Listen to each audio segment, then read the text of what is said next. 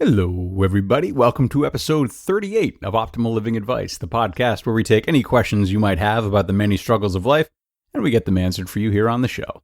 I am your host, certified life coach Greg Audino. Today we have one of our more interesting episodes for sure. An atypical series of questions sent in that I think will give us a good opportunity to look at many of our most pressing questions differently, I think.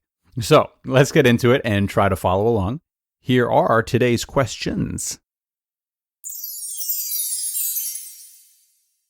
Why am I so bitter of other people's happiness and successes? Why am I constantly paranoid that my partner is using me for security and doesn't actually love and desire me? Why am I so terrified of dying?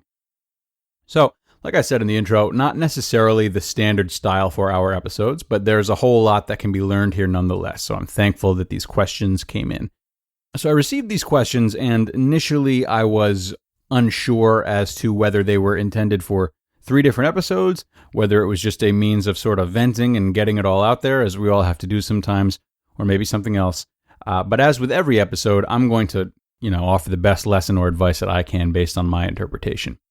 So questions like these massively pressing questions about our lives they're not really capable of being answered in one back and forth, even by a life coach, a therapist, a psychiatrist, Gandhi, whomever. Certainly not if the person you're asking doesn't know you personally. But what you can do with questions like these, if you're not talking to a professional on an ongoing basis, which is the best means of getting to the bottom of these types of questions, by the way, is to turn the whys into hows. What we want to seek to do here is to break big questions down, get to the meat of them a little bit more, and start to develop steps we can take once we have enough valid information to work with. Okay?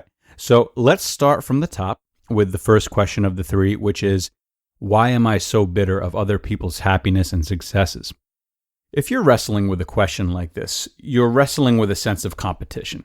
Right? You're threatened by the success of others, which means you're dissatisfied with your own success, regardless of how successful you actually are, which is highly subjective anyway. This why question now turns into some what questions, such as, what instilled this sense of competition and is it worth living by? What are you not grateful for in your own life?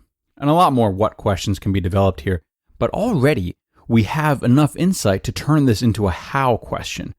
So one that comes to my head is, how can you be more supportive of both others and yourself?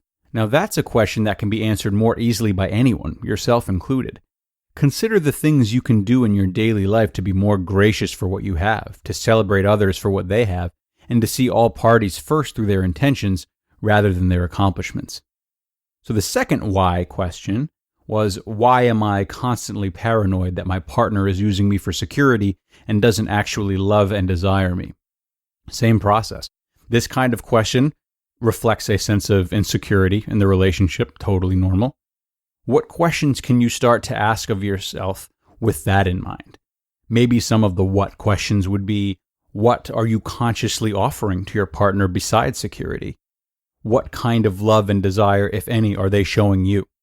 So the how then seems to be, how can you become more clear about your partner's intentions? Again, it's a question that's easier to answer now once it's reframed. You can start to pay attention to whether or not you're being the partner you want them to be, and truly offering them the type of love they need that would give them reason to value you beyond security. Another how question would then be, how can you make sure you're giving them that love? You can also become more observant of how they're treating you. Are their actions generally more reflective of monetary gain or genuine affection? Pay attention to these things. It might get cloudy, but whether or not it is, you can always ask them these questions firsthand. Communicate with them rather than trying to come up with answers on your own that are much harder to find when left to your own devices, if not impossible to find. So that third and final why question was, why am I so terrified of dying? What does that type of question tell you about yourself and your feelings? So probably a lack of control. That's a big problem for a lot of people when it comes to thoughts about death, not being able to control the situation. Also a lack of completion, I dare say. feeling as though your life will end before you've done enough things to make it valuable in your eyes. I'm sure there are some others you can come up with on your own. But based on those, though, the whats would become, what do you need to accept that you can't control? What do you need to accomplish for yourself that you've put off? And then as the formula would go, a how might be, how can you both come to terms with life as it is and simultaneously make the changes you want to make while you still can? You'll inevitably find your own answers to these questions, but answers that come to my mind quickly are finding methods that help you with doing things that you want to do for yourself, practicing gratitude for what you have, and appreciating who you are right now. So, with that all in mind, this episode winds down on a very interesting note here, folks, at least to me. So, when we think about some of the quick answers we've come to already, it's worth noting that there are patterns on patterns. Things like gratitude, seeing beyond accomplishment, doing things for oneself rather than others. These things have broadly been repeated at least 2 out of 3 times. When we ask these huge questions of ourselves and break them down, it is not uncommon at all to find patterns or links like these that are truer foundations, the underlying issues that are affecting several areas of life.